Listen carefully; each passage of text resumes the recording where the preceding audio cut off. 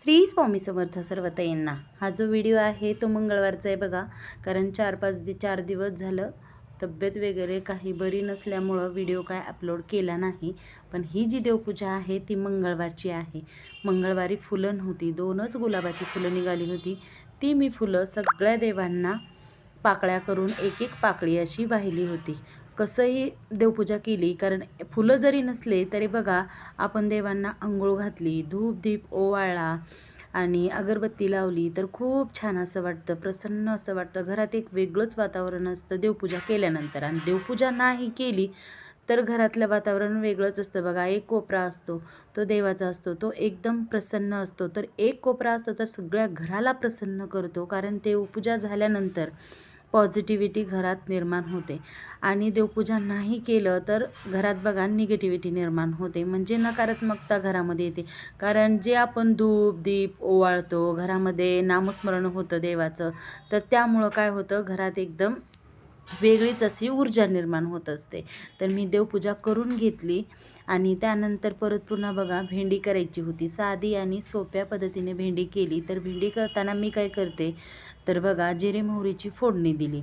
आणि भेंडी कसं जिरे मोहरीची फोडणी द्यायची आणि तेलामध्ये काय करायचं, अगोदर भेंडी वाफवून घ्यायची आणि त्यानंतर मग परत पुन्हा तिखट मीठ टाकायचं।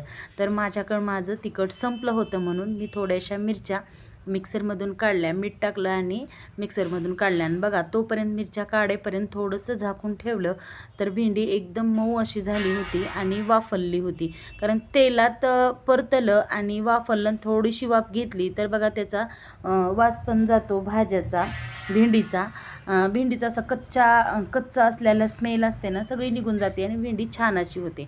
त्यानंतर बघा थोडीशी परतवली की परत पुन्हा मी टाकलं होतं तिखट मीठ आणि शेंगदाण्याचं कूट टाकलं होतं। त्यानंतर परत पुन्हा बघा हे बूट फाटला होता याचा, हा म्हणायला लागला नवीन बूट घ्यायचं म्हणायला आदित्य। त्यामुळं मी काय केलं, फ्युकिक आणलं आणि फ्युकिकनं सगळा काही बूट चिकटवून घेतला आणि तो आला होता घरी जेवायला।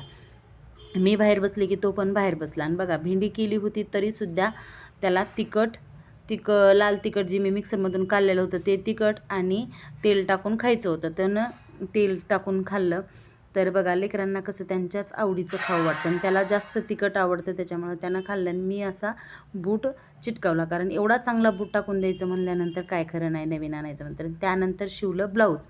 तर बघा असा गेला माझा मंगळवारचा दिवस आणि दिवसभर परत पुन्हा मग ब्लाऊज शिवण्यामध्येच वेळ निघून गेला आणि त्याच्यानंतर परत पुन्हा व्हिडिओ पण मी केला नाही। तर असा होता माझा मंगळवारचा दिवस।